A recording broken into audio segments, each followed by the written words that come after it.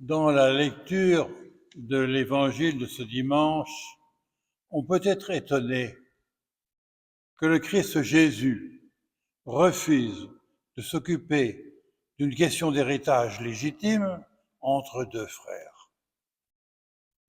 Mais on a la réponse dans les paroles qui suivent. Gardez-vous bien de toute avidité. Et saint Paul dit clairement, l'amour de l'argent est une idolâtrie.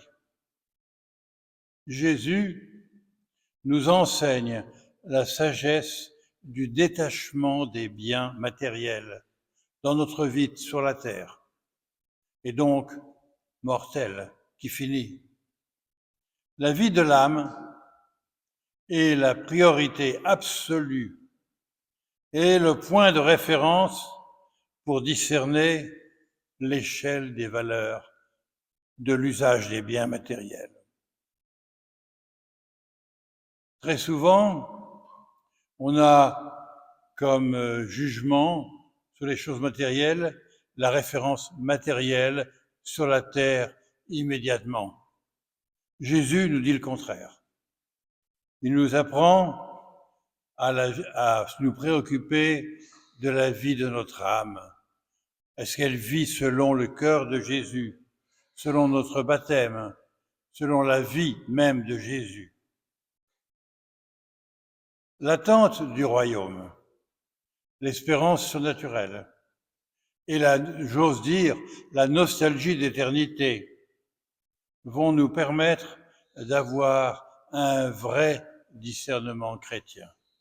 Au milieu des difficultés de la vie quotidienne qui sont réelles, mais nous devons nous préoccuper du but de notre vie et non pas de la bataille du quotidien.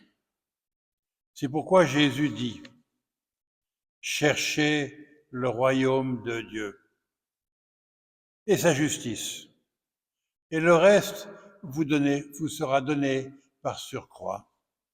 Ne vous mettez pas de soucis pour demain, car demain aura souci de lui. À chaque jour suffit sa peine. Le texte grec dit un peu différemment, il dit « à chaque jour suffit sa méchanceté ». Nous avons le lot de méchanceté quotidien et nous devons le supporter avec patience. C'est par la présence de Jésus dans notre vie, dans l'intimité de notre jugement, dans l'intimité de notre comportement, que nous apprenons le vrai bien, la juste valeur de toute chose. Nous devons juger les choses parce que nous sommes chrétiens selon l'âme du Jésus-Christ. Demain, nous fêterons la fête du Saint Curé d'Ars, canonisé en 1925. Il vivait dans un petit village. Quand il a été nommé, au début,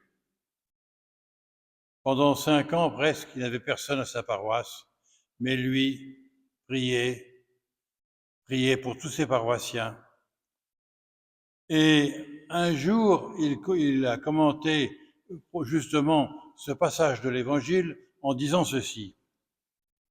Le bon Dieu nous a mis sur la terre pour voir comment nous nous y conduirons. Mais personne n'y reste, car tous nous devons mourir. Que diriez-vous d'une personne qui entasserait dans sa maison des provisions qu'elle serait obligée de jeter parce qu'elles sont pourries? Nous nous attachons à la matière qui doit finir et nous ne pensons pas à acquérir le ciel, la vertu d'espérance, seul véritable trésor.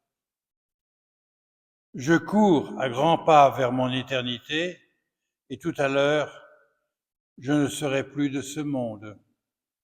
Et après ce monde, où vais-je aller passer mon éternité? Cela dépend de la vie que je vais mener aujourd'hui pour vivre dans le futur, dans le bonheur de la vie éternelle. Ces paroles du curé d'Ars doivent nourrir notre âme. Et nous devons penser que le temps que nous avons sur la terre, il est fait pour nous préparer à la vie éternelle. Tout ce que nous faisons en mettant de côté la vie éternelle pour juger de notre vie et de nos décisions fait que nous jugeons faussement. En mathématiques, on dit que quand il y a en algèbre en particulier, quand on oublie un des éléments de l'équation, toute l'équation est fausse. Eh bien, dans notre vie à nous, quand on oublie qu'on a comme destin la vie éternelle, on est certain que notre jugement est faux et qu'il nous porte non pas au bonheur éternel, mais au malheur éternel.